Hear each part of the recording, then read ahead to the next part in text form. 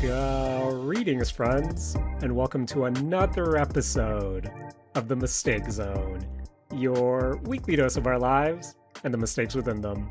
My name is Jaren Wade.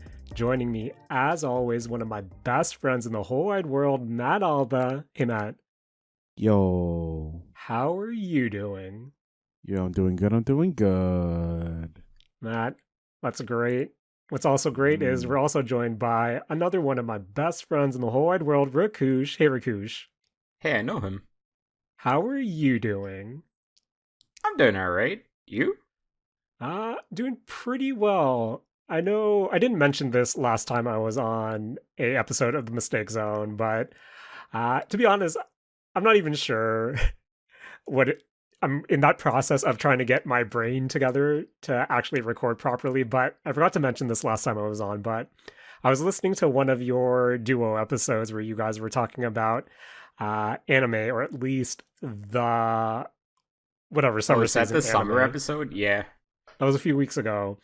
And, you guys started that episode with Rakush talking about his butt problems. And Yes. there was something, no, Matt asked Rakush, do they let you keep the footage? And then I didn't realize that when I was fidgeting with my phone at the time, I accidentally scrubbed it to a bit of the episode forward.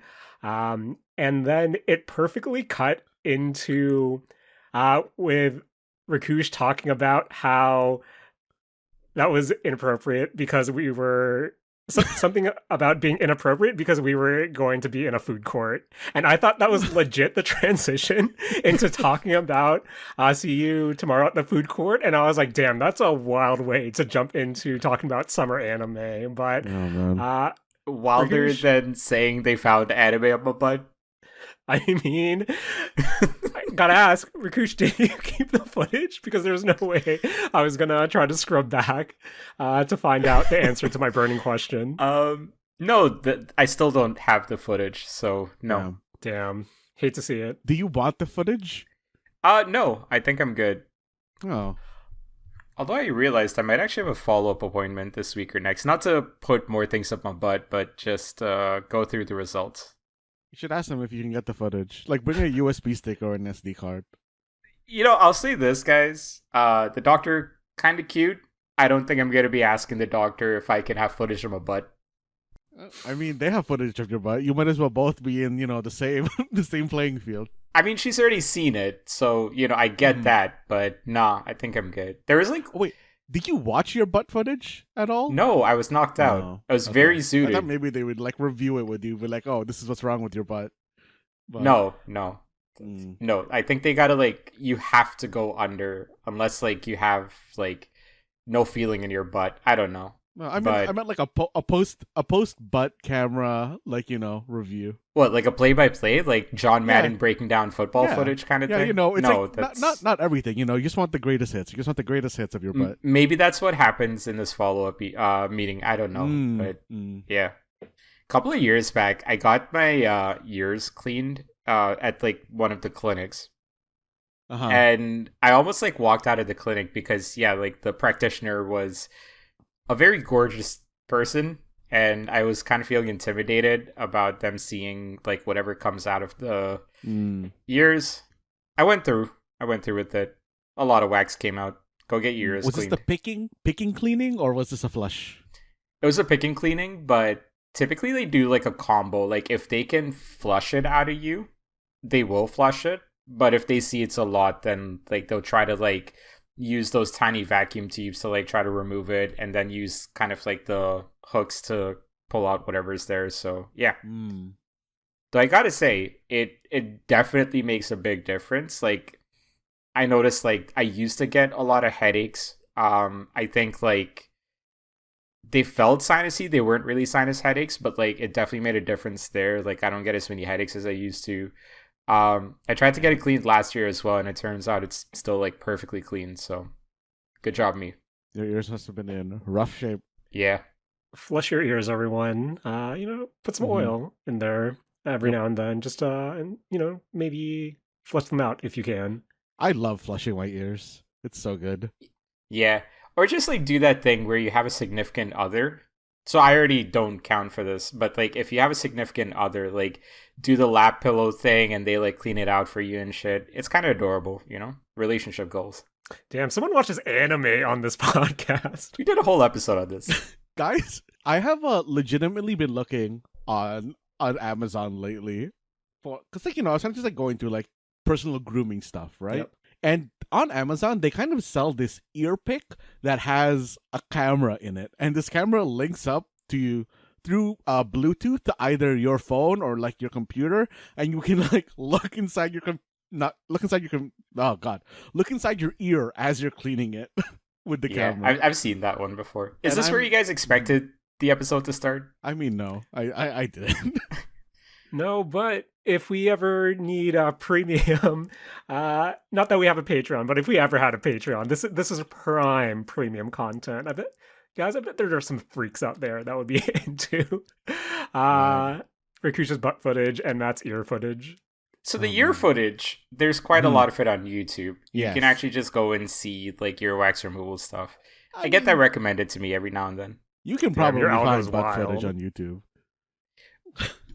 You guys both spoke at the same time. What was it? Nothing. Never mind. Off to a great start to this episode. I'm gonna listen back to this episode and I'm gonna follow up.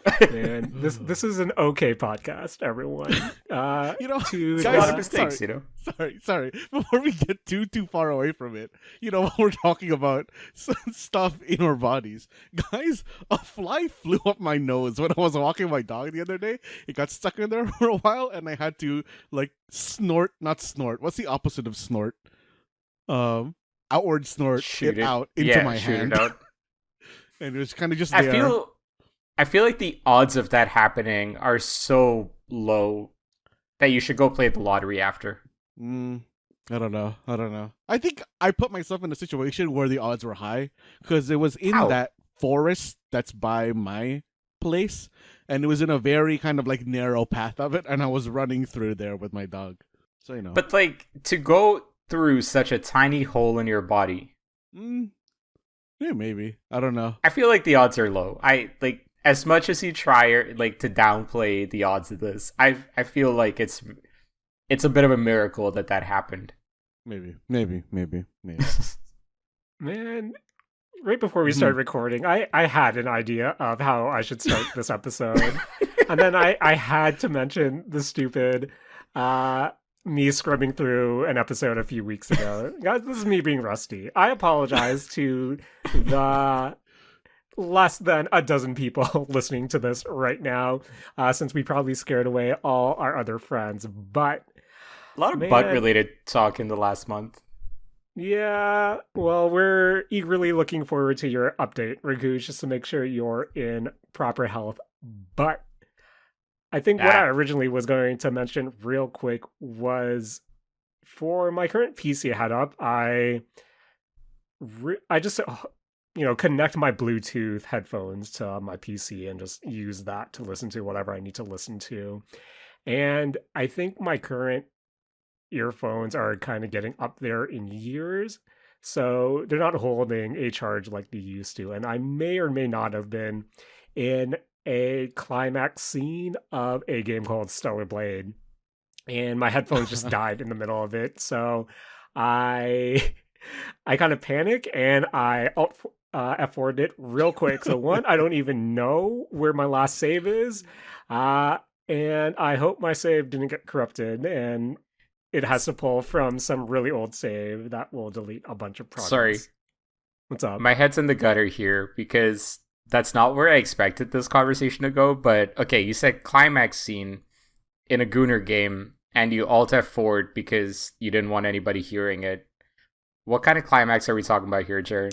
And you side-eyed me and Matt when we were talking about the Horse Girl game. Rakush, get your mind out of the gutter. My mind is the gutter, so it's impossible. I'm sorry.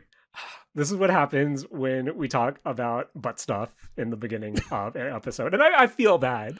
Matt, you know how I have a habit of apologizing to people on this fine...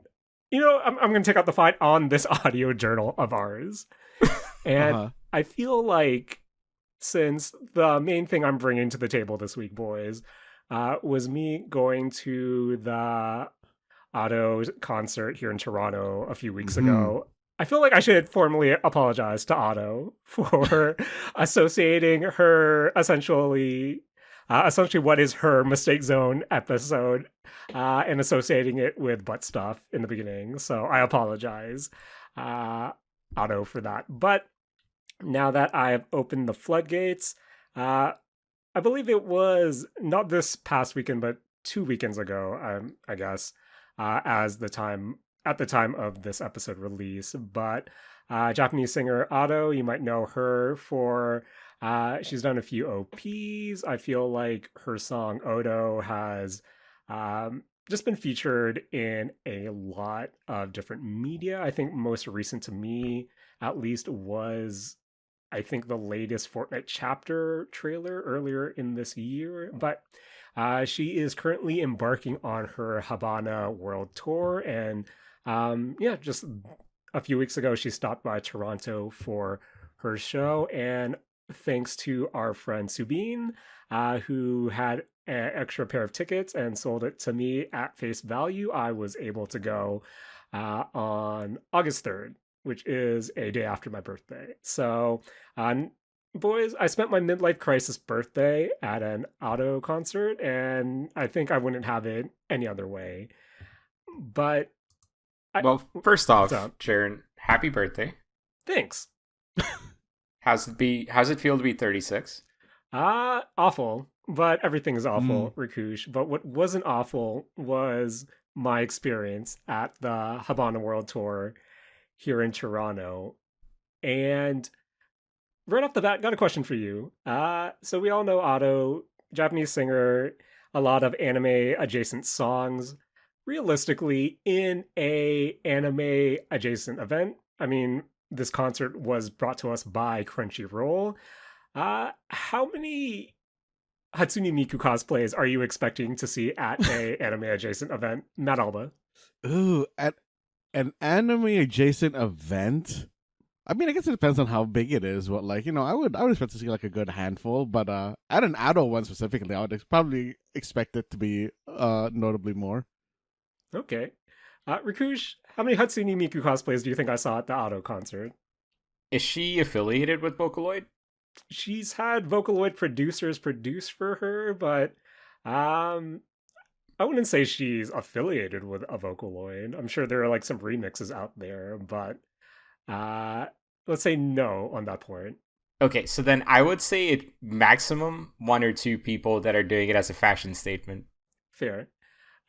So at my time at the event, I saw a total of three Hatsune Miku cosplays. One Ooh. being a Mm. full-on Hatsune Miku, and then we had auto versions of Hatsune Miku, kind of, uh, the makeup done, the teal twin tails, but kind of in those more some Gothic Lolita adjacent ones and some suit adjacent ones as well. So shout out to those Hatsune Miku cosplayers. Always good to see. But for the event itself, I think they were touting that it was sold out and capacity for the show was around 10,000 people in all. Of course, when you get there, lines are overwhelming. At first, doors opened for us at 6:30, and I feel like we got there maybe 15 minutes before doors, so we were, quite back from the actual entry into the venue itself. But once the doors opened, it was pretty smooth sailing. We got in and were able to get into a merch line relatively quick and kind of relatively close to the front of, or at least where you can purchase your memorabilia and other merch. And boys, I was a bit sad because the auto plushie that I really wanted was sold out. But Rip. um, when I got there, I picked up a cool sweatshirt, one of the region specific keychains, and Matt Rakush, Hmm. Oh.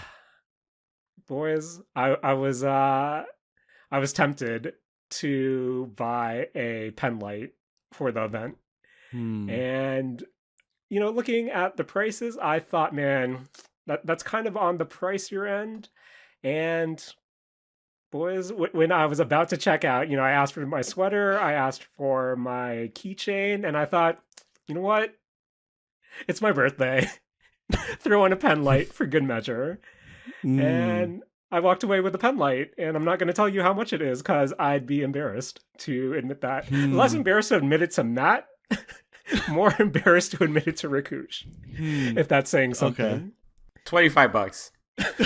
Jaren, how high into triple digits did you go here? Ooh. Matt? Ooh. Ooh. You know me too well. Matt? Oh no. Okay. All right. Jaren, just to make sure, since this was a birthday present for yourself, you are still gonna buy the Hatsune Miku World is Mine 2024 figure, right? Matt, it's a beautiful figure. That's a beautiful figure. Matt, you know how much Hatsune Miku Worlds of Mine figures mean to me. And let's leave it at that for now. Boys, it's my birthday all year, if that means anything to you. Oh, man.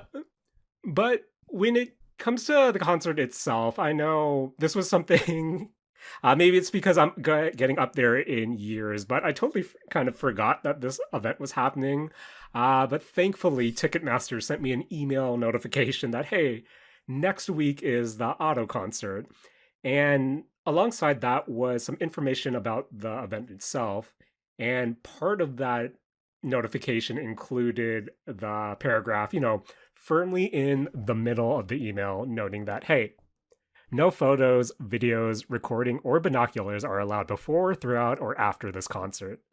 Any fan caught taking pictures or recording will be asked to leave the venue without refund. And I know this was something that I shared in our group chat before the show, asking, hey, should I try to get kicked out of this Auto concert, boys? And I know, Rakush, this was something that you were kind of surprised at, that since I think we've been to our fair share of concerts, and for the most part, a lot of the concerts we've been to, a lot of the festivals, there's never been an outward ban on no photos, videos. Yeah. You kind of expect that when you're going into the event. But, when you walk into the venue, just plastered all over any screens is, that warning's there. Before the show started, there's even a vocal announcement prior to her band getting on stage. And boys... You know me. I've seen my fair share of good security at a event, and I've seen my fair share of bad security at an event. Where when I initially saw this warning prior to the show starting, I thought, no way, this is going to be enforced. At least where I was sitting, boys, I saw at least 3 people get asked to leave the concert.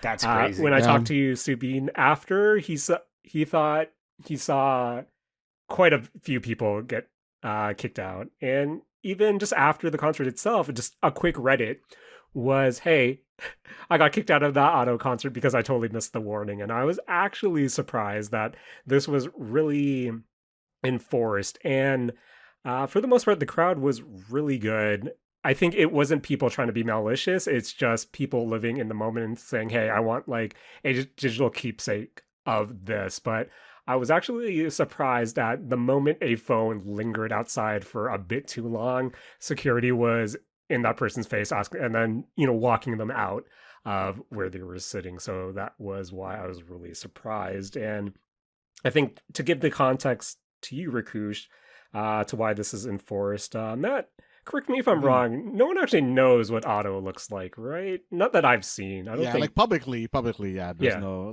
knowledge of what she looks like.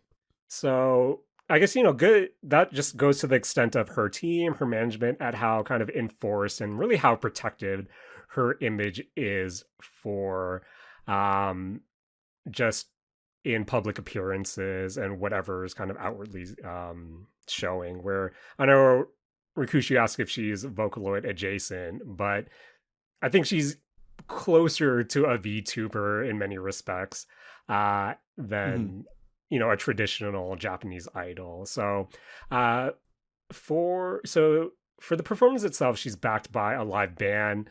And for the most part, I think the implication is that she performs in this big cube, kind of in the middle of the stage, where if I had one gripe, this might be petty on my part, but I think it was during the closer before the encore when she was doing Odo, where normally she was kind of centered in that box the whole time, and for the duration of the kind of concert overall, she's not necessarily moving that much, and plus all the flashing lights, everything being projected on the screen behind her, and in turn the cube, you don't really see a silhouette. But for Odo, she was kind of more so dancing to the left of the cube, and just through that angle, through the lighting, you actually got to see a silhouette of her dancing, a silhouette of her dress. And I think maybe this is me being greedy, and I understand why it's not done for the most part, but I was kind of hoping that you would actually get to see her silhouette a bit more throughout the performance, just to have that connection to the performer, that connection you want out of a live performance. But Rakush, I know we are fans of MF Doom, and that made me get to thinking. Remember the controversy of MF Doom sending body doubles for some of his performances? Classic. Where All-time classic story. I don't know. I think from a production standpoint, I'm curious why they just don't go to the approach of just having a body double perform, so you get more of that silhouette look, and then just have her kind of just either perform below the stage or somewhere where you can't see. But maybe this is the most that they want to do for you to have that, performance connection to her without having the bottle double. But I think for that brief second you were able to see her silhouette towards the end, I thought that was actually really cool. But again, big fan of Otto, just because I really do like her voice, and it does come clear throughout her live performances. To be honest, I only went there just to see like four of my favorite songs being performed. Say Wah was the first song. She did a cool cover of Charles, which is a Vocaloid song. Backlight's always good to see, and of course Odo seeing live. There were a few songs like I'm a Controversy that, greedily I wanted her to perform, but she didn't. But overall, really strong performance, really strong vocals, and it was it was a really good experience. I'm really glad I went, and yeah, again, crowd was really good. Have to admit though, the guy beside my partner, when he was watching, apparently he was really into me unboxing my pen light, to the point where he was kind of leaning over her just to kind of get a good look, and she had to, tell him to chill. So that was a bit awkward, but Matt, Rakush, penlight fans go hard, apparently, especially when penlights for this particular show are notably expensive. But so what's up? Who's getting the money from the penlight? Like, is is Otto rich? Is the question I'm asking. I guess, yeah. Like, honestly, when we look at the markup for a penlight, not. Realistically, do we think Otto is rich? Because from what I know about the Japanese idol industry, I don't think she's rolling in it compared to her Western counterparts. I mean, I wouldn't say I wouldn't assume that she's like rich, but I would assume she's like pretty well off. Yeah. I mean, I think that's just how any kind of merch goes in general, not even like, limited to idol stuff, right? Because they can set whatever price they want for the merch, and people are gonna, go in. And do you guys know if like people in Japan are spending 3 figures for pen lights as well? Because that sounds wild to me. I wouldn't be surprised if they are, because like I feel like pen light culture is like way more prevalent and just not here, right? Like I guess Asia general in both J and K music scenes. Yeah, I don't know. Though I need to read up on this culture a little bit more because pen lights are very, very important. I think like the price point that you're talking about more than the culture, because I guess I know a little bit of like the importance of it for idol culture and stuff, like knowing who's in the crowd for you. The price point is where I'm like, wow, that's way more commitment than I thought it was. Like I thought it was honestly one of those like glow sticks they give you at like the start of like a show or something. I didn't realize you're spending like hundreds of bucks on this.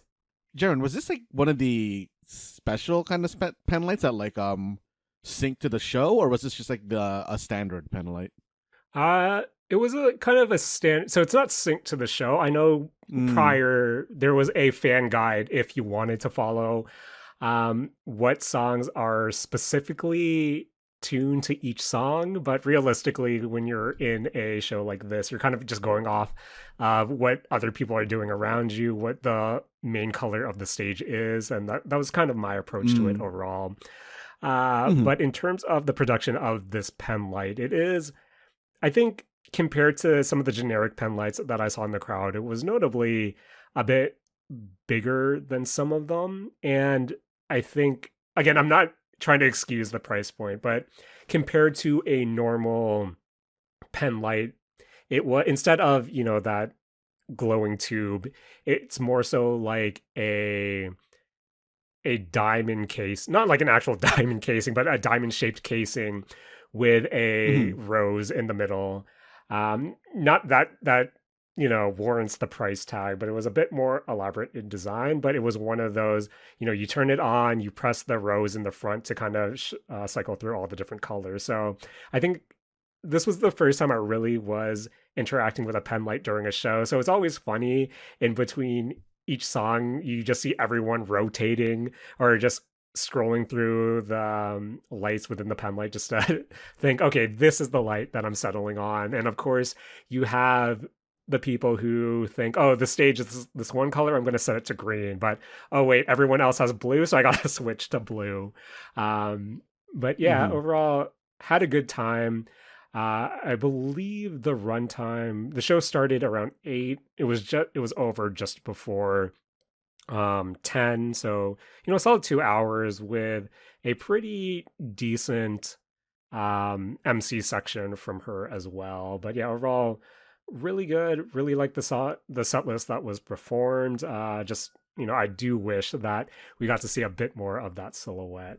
But if you get a chance to see her live, I do recommend it if the tickets were reasonably priced, just because, again, was lucky to get these at face value from our pal Subin. But when I was looking at the secondary market just before, some of the markup still, boys, for a sold out show, still shows. But I have to mention on our drive back, which was, we get home, get home from the subway, the GO train, or the train equivalent, and we're on the drive home, and we're coming to a intersection, and I think it's an intersection we're all familiar of. There's a police station by the corner, but anyway, so we're driving home and we're approaching this intersection, and then we see this guy, kind of creeping up, trying to make a right. And then, I thought, okay, this guy's just, creeping up, waiting for everyone to pass, then he'll make his right. But just as we're approaching kind of the intersection, the guy immediately cuts in front of us, making us like hard brake. And of course, you have to use your horn at that point. So it's just me pounding on the horn. But normally, I'm a chill dude. So it's like, whatever. It's a Sunday night of a long weekend. I'm kind of tired from a concert. We're just going to keep at it. So we're driving. And a few seconds later, all of a sudden behind me, sirens go off, and the cop overtakes me and starts following the guy that kind of cut in front of us. Guy shifts into the left lane just to let the cop pass, and cop keeps following him. And he realizes, oh, this is for me, and the cop ends up pulling them over. And that was a pretty nice piece of karma. But I think the thing that really gave me the tummy rumblies, boys, especially at night, man, you really don't know sometimes you don't know if there's a cop following you. And for someone who likes to kind of go 10, 15, maybe even 20 over the limit kind of at night, makes me spooked sometimes, boys. It makes me spooked. But that was our auto experience last week. Really had fun. And of course, some road karma to kind of wrap it up on just a bow on the night. But that was kind of what I've been up to recently. But Matt, Hmm. anything new going on with you? Just because I've been talking your ears off for the past 20 minutes. I mean, Jaren, I've been playing a new game, or I played a new game, and it's actually a whole game. It's not a demo. Matt, uh, Matt, we're old. I told you, midlife crisis. Old people like us can't uh, play full games anymore. Jared, I think this is very much in the wheelhouse because this game was only about like 2 and a bit hours long. It is the puzzle platformer game called Ooh? Oh? Hmm. Ooh, I am not 100% sure how to pronounce this. It's basically 3-letter O's, but the first O is the O that has the 2 dots over it. The umlaut. Is that called the umlaut? I thought the umlaut was like the curve. No, are you thinking of the Enya? I mean, I don't know what any of these Yeah, these... the 2 dots is the umlaut. The Enya is the little squiggly line on top. Okay. Yeah, I I don't think I've ever really like formally known what those things are called, and I've never really known how each of those is pronounced. But Fair. Matt, yeah, when you're saying this is a 2-hour runtime, and I realize I played 2 hours of that horse game today, this might be up my alley. So, Matt, how's Ooh treating you? Ooh is like a very interesting puzzle game. It is very, very kind of like basic in what it's trying to do. Your controls are really just your WASD keys. You have your left click is you poop out a bomb, and your right click is you explode the first bomb that you've put out, or the earliest bomb that you put out, because you're able to put out 2 bombs at once. Mm-hmm. And using just those 2 mechanics, they kind of make you go through like it's kind of like a small Metroidvania-esque area or like kind of world that they've built, and you're basically just like platforming your way around using tricks that the game teaches you to kind of know what is possible. It is very much in that same vein as, oh man, Rakush, what is the name of that game that I didn't like, but you did, where it was like a Zelda game with I think a fox, and it had no real words in it. Tunic. Yes, Tunic. Yes, it's a lot like that from what I grasp, where you have everything available to you at the start, you just don't know you do. Where if you were to, look at what your character can do at the start and what your character can do at the end, it is exactly the same thing. In theory, once you know how to play the game, if you started a new game, you could finish it in 15 minutes if you wanted to, because of all the tricks that the game teaches you. It's been a while since I played Tunic, but is it that you know all the moves, or is it that you need to unlock the game manual in the world to unlock the moves? I think it's a little bit of both in Tunic, right? Like you have everything accessible to you.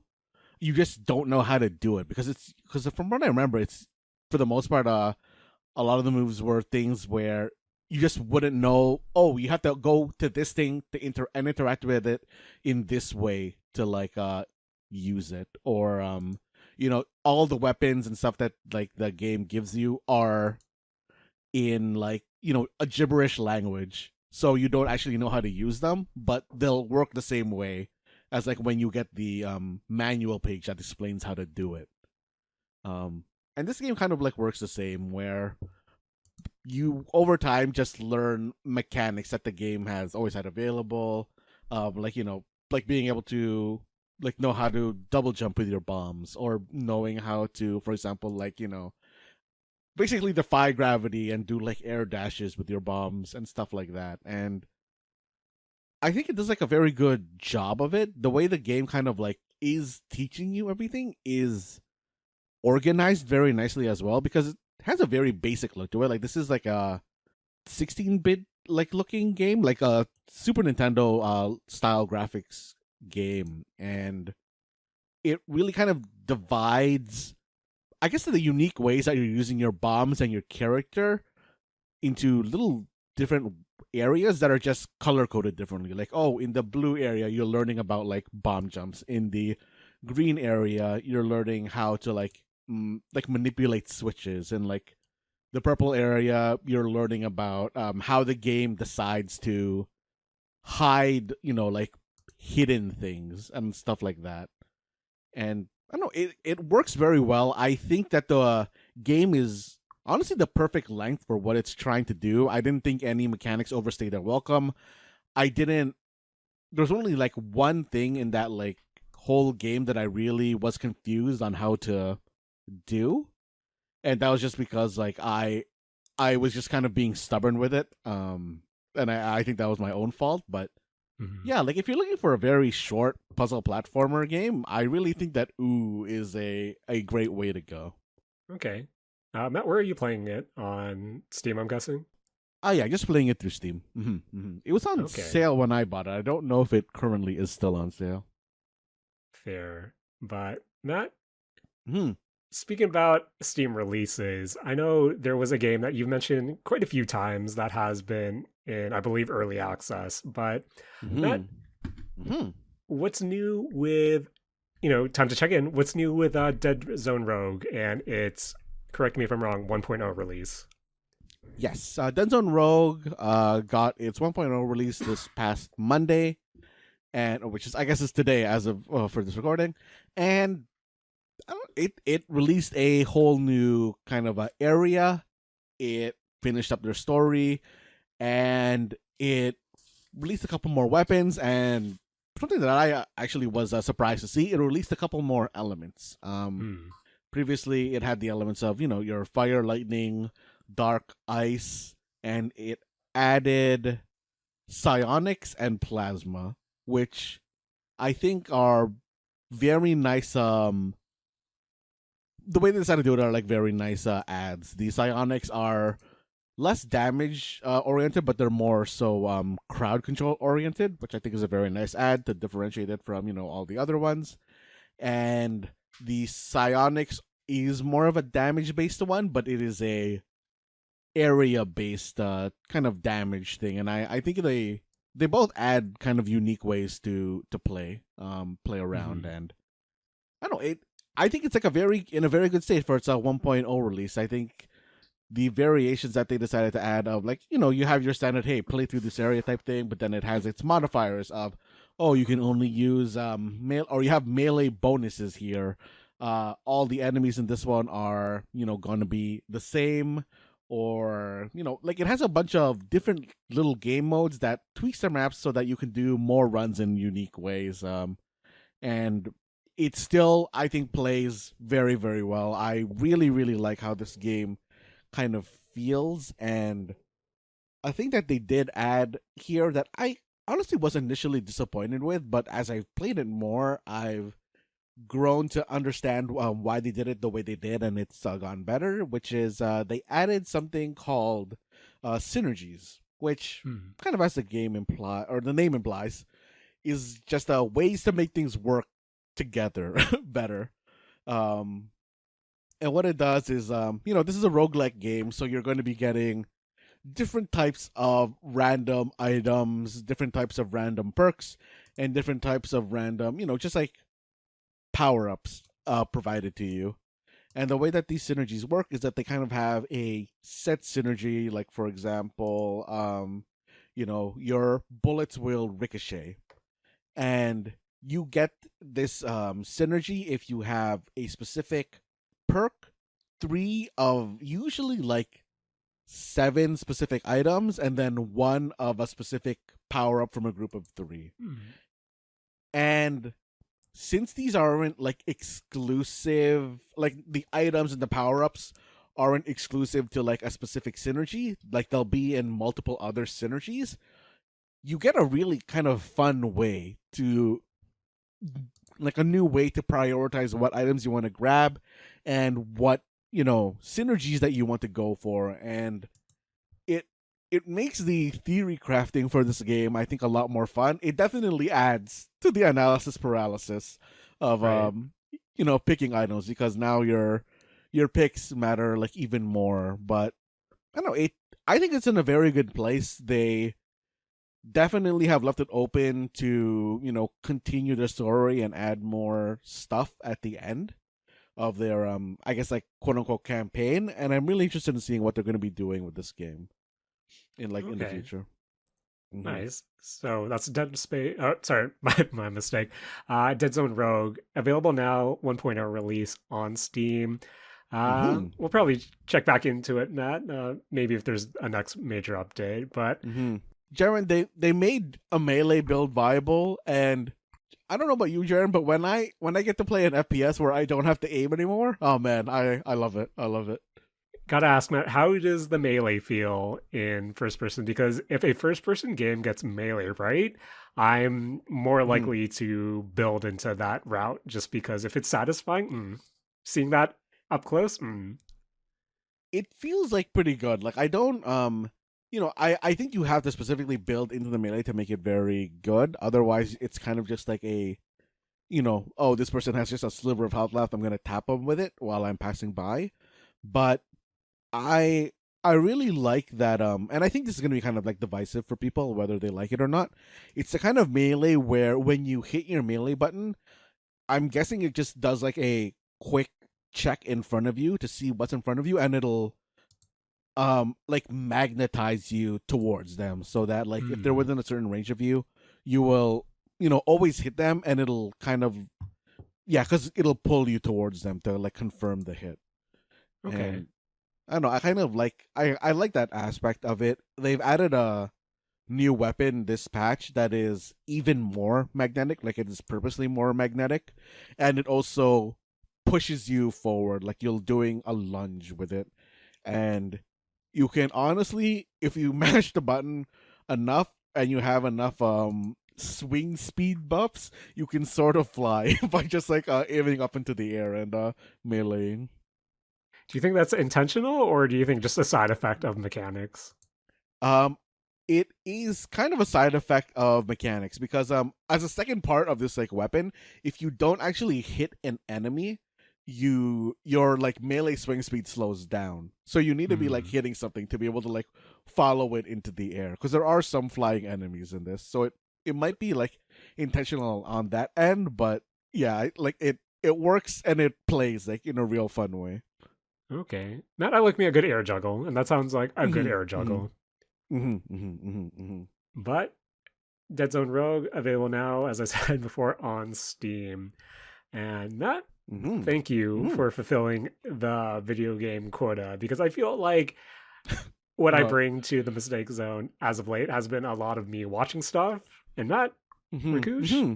have I watched some stuff Sure. or since I've been last on this show where I went to the movies once again. So ended up seeing F1. Boys, you know how much I like me a good racing movie. I'm still a fan of the Gran Turismo movie, and I Hmm. feel like F1 is it's everything you would expect based on the common tropes you would expect from a racing movie like this. And for the most part, it kind of doubles down on those tropes where it's kind of repeating things that um, was essentially the climax of Gran Turismo. Maybe expect that double time in F1. But overall, if you're just looking for a good racing movie, one of those uh, redemption stories in from coming from a older athlete, it's worth a watch. I was entertained for the most Hmm. part. But one Jaren, movie I specific what's up? did you watch it in D box or no? No, because Hmm. it wasn't playing in 4DX, and I think the Oh, for the D SS, yeah. box was we had the option of doing D box, but honestly, Matt, if I'm going to pay the premium, I rather pay the Hmm. 4DX premium, and I feel Hmm. like I'm beyond the D box. If I'm paying the upcharge, it has to be for the full elemental experience, not the rumbles. I I don't want the see. I rumble see. pack only, Matt. I want the flashing Hmm. lights. I want the wind in my head. But man, I'm curious what Gran Turismo and F1 would have been like in 4DX. But Hmm. the other movie I wanted to talk about specifically, without really going into spoilers, just because to be completely honest, I went into this movie knowing next to nothing about it. But I saw the new horror movie Weapons. This was directed by Zach Kreger, who did Mhm. Barbarians recently as well. Boys, the only thing I knew about Weapons going into it was that I heard the rumblings that initially Jordan Peele wanted, bid on the film rights or distribution rights or whatever for his production company and didn't win. And if Jordan Peele's trying to bid for it, I was kind of expecting a film in that wheelhouse based on everything his studio has produced so far and some of and honestly, what he has directed recently. So I was kind of going in expecting that type of horror movie. And overall, I did enjoy it. I know Julian also saw the movie, and we're still kind of letting it resonate with us, trying to really decipher what all the imagery and kind of themes were really illustrating throughout. But there's one thing I wanted to mention to you guys that is, I believe, mistake zone adjacent, where kind of without going into details and plot points of the film, if you look at the poster of Oh my god, Weapons, yes. Yes. Yes. so essentially the poster of Weapons features, you know, a few people running with kind of back straight, but their arms are sticking out at a 45-degree angle. And Uh-huh. I do give it to, you know, the film and its production, where when you do see everyone running like this in the film itself, there is something unsettling about it, especially kind of during the more intense parts of the movie. There's definitely something that made me feel uneasy about watching people run in this specific way. But in the back of my head, and this was Oh, I something get it. Okay. that Julie and I Okay. were discussing afterwards, if their bodies were tilted, just ever so slightly forward, and their arms Uh-huh. were kind of, a bit positioned back, boys, that's a Naruto ninja run. Uh-huh. And I was kind of thinking about it. There's something uneasy about, the way they're running, about back straight, arms at a 45-degree angle. That really reminded me of some of the movements we saw from the Titans in Attack on Titan.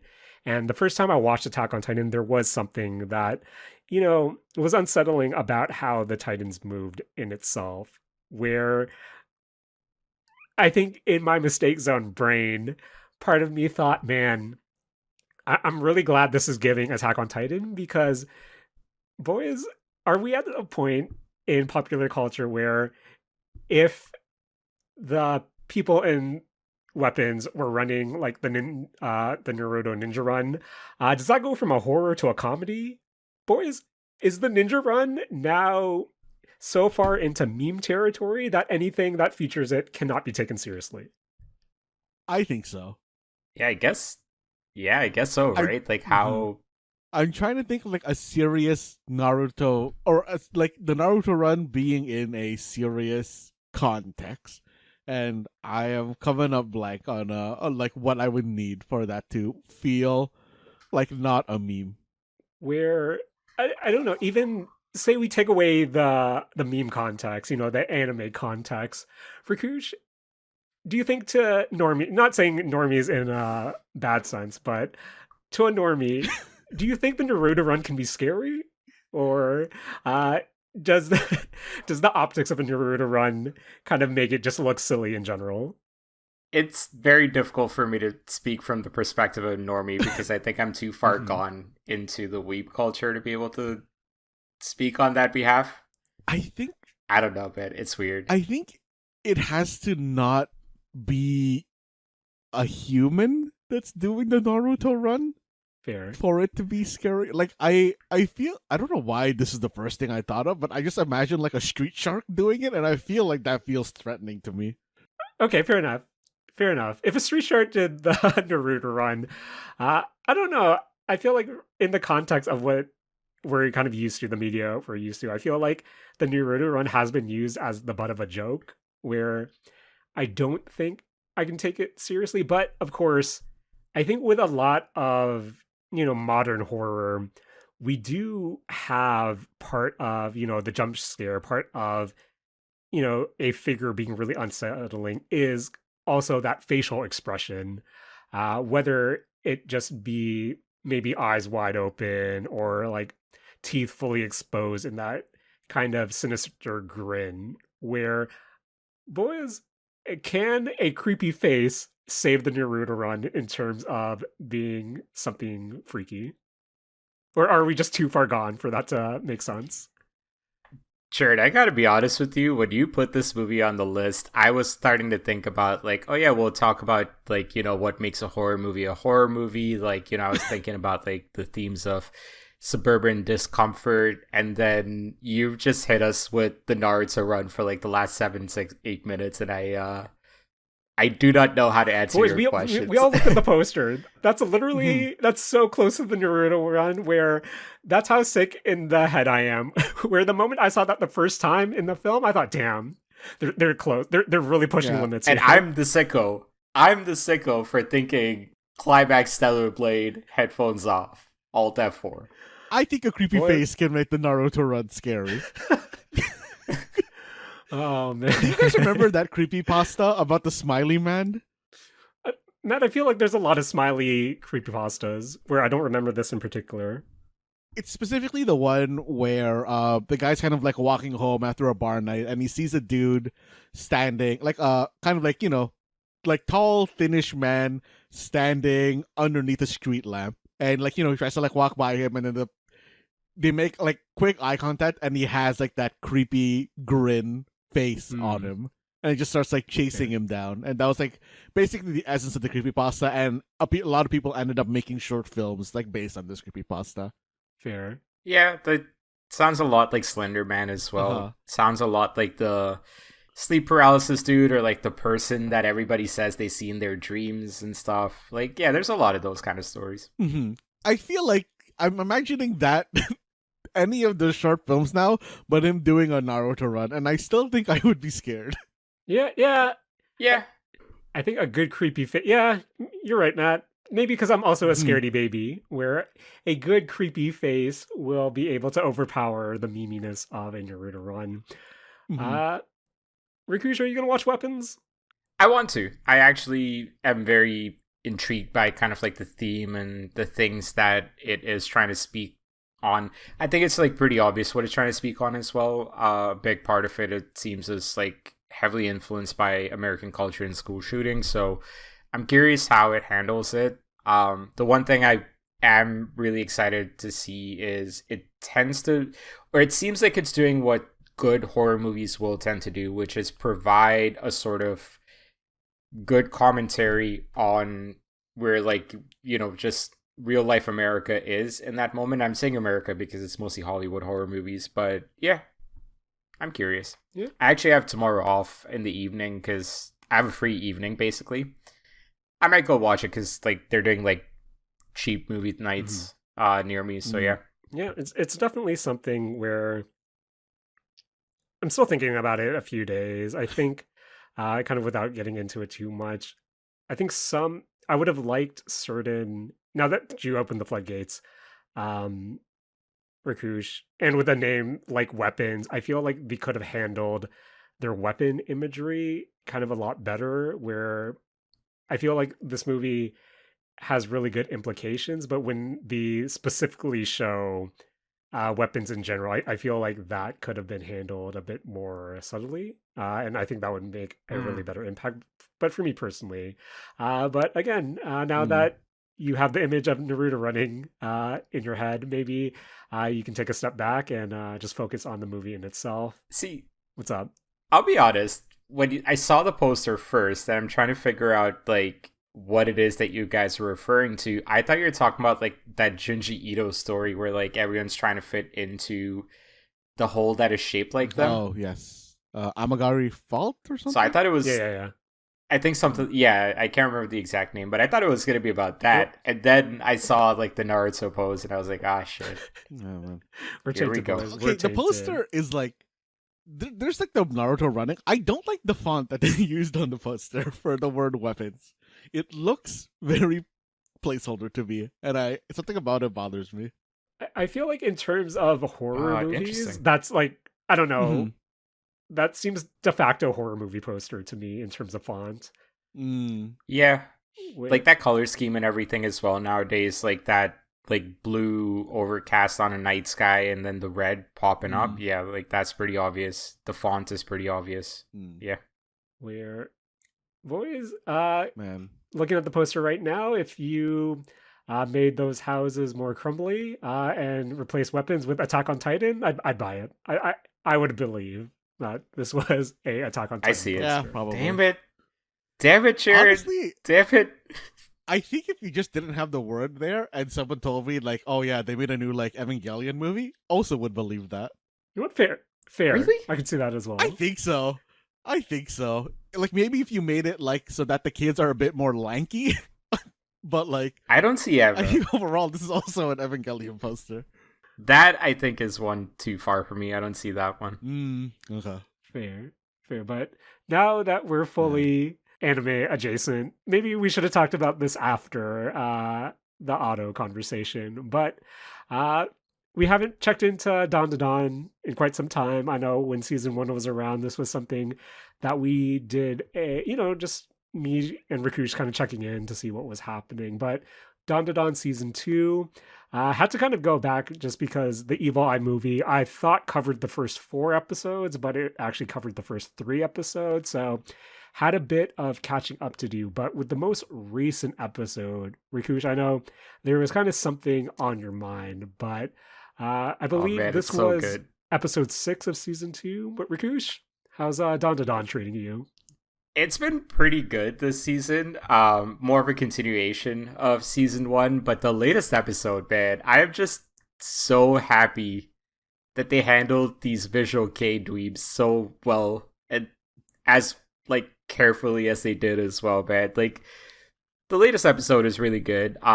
It is kind of starting to wrap up a lot of like the GG storyline as well. So you get introduced to like some new characters, supporting characters. You see what Dandadan's greatest strength is, which is the supporting characters. My favorite part is, and something that is essentially at this point gone extremely viral, is the Hayashi Haunting Soul music video, or basically like the 4 minutes, I guess, of just like the performance there, which is fantastic. But also like what I really appreciated about this episode, it's like, yeah, the Japanese version is fantastic. The song is fantastic in Japanese as well. It's the kind of music that like I also love listening to from Japan. It's just got a certain like, vibe to it and a, like aesthetic to it that I find pretty charming. But in even like the dub, they got the lead singer of Dragon Force, I believe Mark Hudson is the name, to sing the English version of this song as well. And so like they got the right person for both, like for the English version too. So like there's a lot of care being taken on that front as well. And I think it's like a very rare instance where like something happens in the dub and the sub, I guess, where like I'm equally impressed by it. It's so cool. I love it, man. This latest episode, it's fantastic. Correct me if I'm wrong, but wasn't the guitar also done by, I believe, the former guitarist of Megadeth, Marty Friedman? Or It might be. Let me look that up. Actually, I only saw the Dragon Force thing. yeah, I'm looking at the credits uploaded on the G Kids upload for the official English music video of Hunting Souls. And yeah, it says guitar Marty Friedman. Cool. That's amazing. Yeah, that's really cool. I didn't even know that. So like, this is a cool discovery to even make on the actual recording itself. But man, like, yeah, it's everything about this episode has felt like such an awesome love letter, I would say, to like, just the entire world that has been built here and everything as well. And yeah, oh man, like I don't know, like I don't really know if there's much else I can say, but like they fully understand what Yukino Bitatsu was doing when writing this series and like, drawing a lot of these things, even just like outside of the music video. There's like a throwaway few seconds where Okurun is on the train with 2 of Momo's friends, and sitting next to them are like these 2 other just unnamed schoolgirls that like one is just like falling asleep, drooling basically, and it's just this really funny like passing like it's just an extra character. You're never gonna see this character again. And the fact that like even that has so much care put into it and like so much life just provided into that scene as well. It's great, man. Love it. I mean, like, kind of going back just a little bit, like, I feel like English dubs in particular have been, like, on a real upswing in terms of, like, quality the past, I want to say, like, decade for anime. And, For sure, yeah. like, I don't know about you, And- Rakush. I know, like, we never ended up talking or following up about this, but I've been watching City the Animation in its English dub, and I've, like, really been enjoying it. So yeah, like I should clarify when I say like for once I like something in English in like dub and sub, it's just because I'm like that old fart that's always like subs over dubs, right? Like that has always been my thing. My preference is always watch something in the source. A big reason for that is just how historically things just sound a little bit more natural and authentic when it's done with the same sort of like cultural context as the original language, right? Like jokes land a little bit differently in the native language, things like that. So that's kind of always been my thing. It's less about the quality and it's more about just kind of like the how I interpret the media that I watch a lot of times. Guys, my brain's melting. I just discovered that Marty Friedman also did the guitar solo for the Sailor Moon Crystal opening Moon Pride, and I don't know what's real anymore. Actually, wait, now that I think about it, why did they re-record the guitar? I mean, I guess it's probably just a licensing thing, now that I think about it even more. No, I don't think the guitar was re-recorded. I think from what from what I'm learning in the background, Marty Friedman has done some work with a lot of Japanese artists, producers, and in turn, a lot of quite a few openings as well, or contributed to a lot of openings as well. So I think from everything I'm seeing on how Hunting Soul has been reported, very few are mentioning Marty, but it's mostly Mark Hudson from Dragon Force being mentioned specifically for the English version. So I think Marty in general is just doing additional guitar on the song.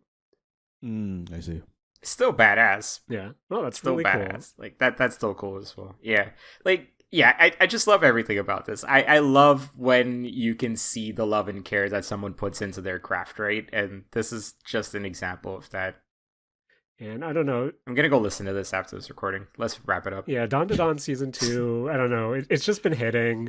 Really enjoying every episode so far, and especially these last few episodes. Just all the characters coming together, kind of seeing updates from side characters in season 1 as well. It's just a really good time. I'm really looking forward to the conclusion of this arc, and seeing where the rest of the season goes. But so far, this has been my highlight of everything I've been watching, or at least trying to watch this year, or at least this summer's season. But boys, we've been kind of at this for a minute now, trying to shave off it being a Beefy Boy episode. But before we can fully end, we have to get to the weekly Don't Match Me challenge, where every week we bring to you 5 questions, and all you have to do at home is come up with an answer that doesn't match our answers. So for normal mode, all you have to do is not match my answer. But if you want to add a bit more challenge, try not to match Matt and Rakush's answer as well.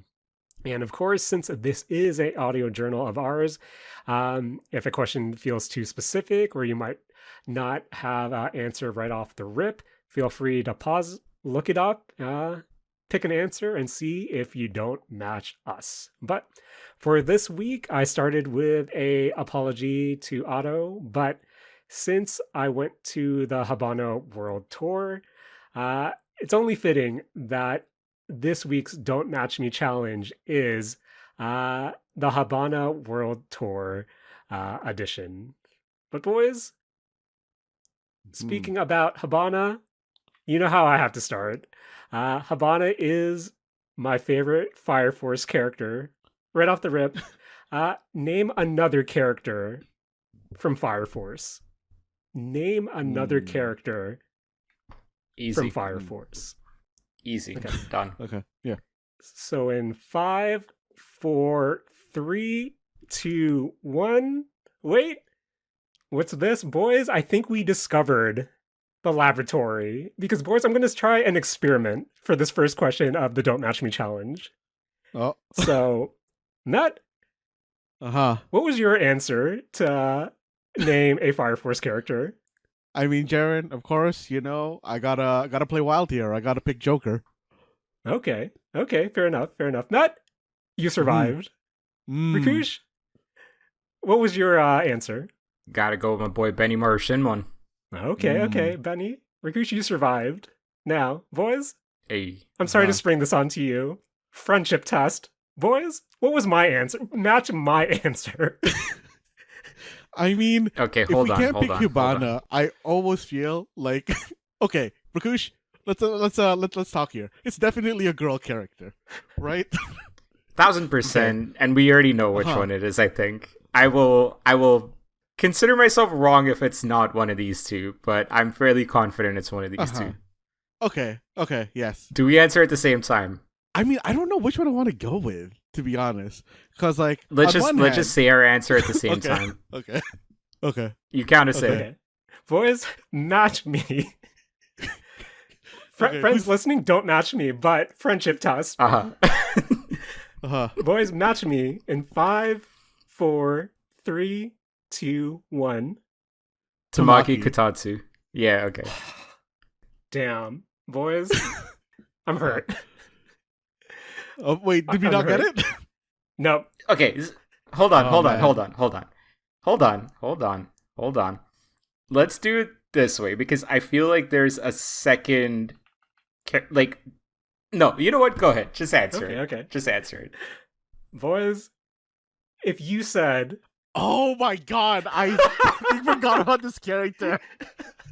You're thinking about the dark skinned one? that's Hibana. No, I'm thinking about the girl who looks like Ichika. Oh man. Friends, if you said Inka Kusagazhani, you're out. Oh man. So close, Matt. This guy. So close. Of course. Jared, see, honestly, I just went with Jared's a pervert. He'll pick the pervert character. Right, yeah. Oh man, forgot about the QQ effect. Honestly, to be fair, the show itself is a little bit overly horny, so it could have been one of a few characters. I mean, I feel But like yes. outside of Tamaki, it's not that horny, is it? I think it is. I don't think it's any more horny than any other shonen, I guess, is what I'm trying to Well, say. no, she's the most extreme example, Uh-huh. but like there are a few other like fan servicey characters for sure. Fair. I guess. Fair. Yeah. But if you said Inka, you're out. But if you also said Oh, Inka, man. you passed the Jaren friendship test. So you're now one of my best friends in the whole wide world as well. But Oh man. question 2. While Hibana typically refers to spark, it can also translate to a more literal translation would be fire flower. Boys, when I think fire flower, I think Mario, but more specifically, I think of the item in Mario Kart. Question 2. Name another Mario Kart item. I think we've done this before, but we'll do the rewind here on the mistake zone.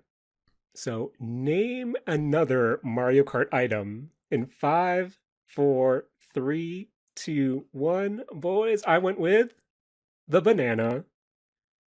Oh. What do you got? Banana. I mean, I think I went with the classic. I went with the blue shell. Classic. The classic. Mhm. Oh, Mhm. dang. Rakush? Yeah, we matched. Okay. Blue It's shell. okay. You matched with each other, but you're still in it. You're still in it because you didn't match me. But question 3.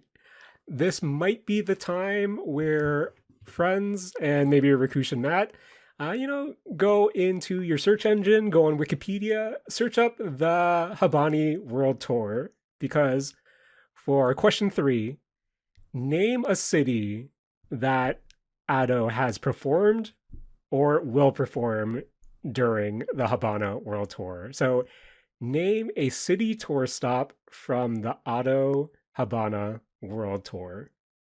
So in 5, 4, 3, 2, 1, friends, if you said Amsterdam, you're out. Ooh. Not Mm-hmm. what you got. I went with Antwerp. I'd never heard of this city until I looked at this list of places. You'd never heard of Antwerp before? Interesting. No, I never heard. Honestly, I don't think I could name a city in Belgium now that I'm thinking about it. Antwerp. I mean, other than that one. I'm going with Saitama. Okay. Mm. Oh. Stop one. That's Okay, the one where it apparently started. Yes. So now that we're all on the Hibana World Tour page, question 4. Name a song that Auto performs during her set list. So, name a song that Auto performs during the Hibana World Tour. So 5, 4, 3, 2, 1. Friends, if you said Charles, you're out. Ooh. Not what you got. But what if you said Charles balloon cover? That's literally the same song. I hate you. Rakush, are you out? No. Okay. But what was Matt's answer? I mean, I was being cheeky. I went with Hibana. Fair. We matched again. Oh, damn. Oh, man. I guess you two are the real best friends in the whole wide world. Jaren's getting FOMO here. You gotta stop this shit, man. Oh man. Uh, So go 3 for 3, 3 for 5. I guess 3 for 5. we'll see. So question 5 started with the penlight boys, but for question 5, name a standard penlight color. So if guys, if you say, let's say you say the light version of a color, I'm still gonna count it if that matches my color. By the way, so just name Okay. a penlight color in 5, 4, 3, 2, 1. Friends, if you said purple or light purple, you're out. Ooh. Not what color are you waving in the crowd? I mean, I went with the penlight color of the first idol that I would say ever Oshi'd. I am going with green. Ooh, nice. Rakush, what color are you waving in the crowd? I'll go with white. Standard. Mhm. Fair enough. Fair Is enough. it? Is white standard? I think that's the default when I turn on my auto play penlight. Got so we'll say that's standard. That's the one up. I'll take it. But boys, it seems like you survived the Don't Match Me challenge for this week, and hopefully our friends did too, and hopefully our friends passed the Jaren Best Friend Challenge of the week. Oh man. Guys, I'll rework that. Who knows when I'll do a friendship test in the future, but not anytime soon, especially this episode, because I want to thank my best friend Matt for joining me this week, editing this podcast, and putting up with my long tangents. Thanks, Matt. Yo, thanks, Jaren. As always, I want to thank you for hosting this episode, and I want to apologize for forgetting about Fire Force Ichika. No problem, Matt. No problems. And of course, I want to thank my other best friend in the whole world, Rakush. Hey, Rakush, thanks for joining us this week, man. Thanks, Jaren. Matt, you know what I think we made the mistake with here? We knew Jaren was a pervert, right? But then, like, is he... I think, like, what happened is we didn't realize he would be, like, such a pervert that he wouldn't go for the most obvious answer. Like, his imagination would allow him to kind of, like, pick a different character. So we have a lot to catch. No, Jaren wasn't thinking about with his perversion. He was thinking with his heart. With his oh man, his heart is perverted. Sorry for calling you a pervert, Jaren. Guys.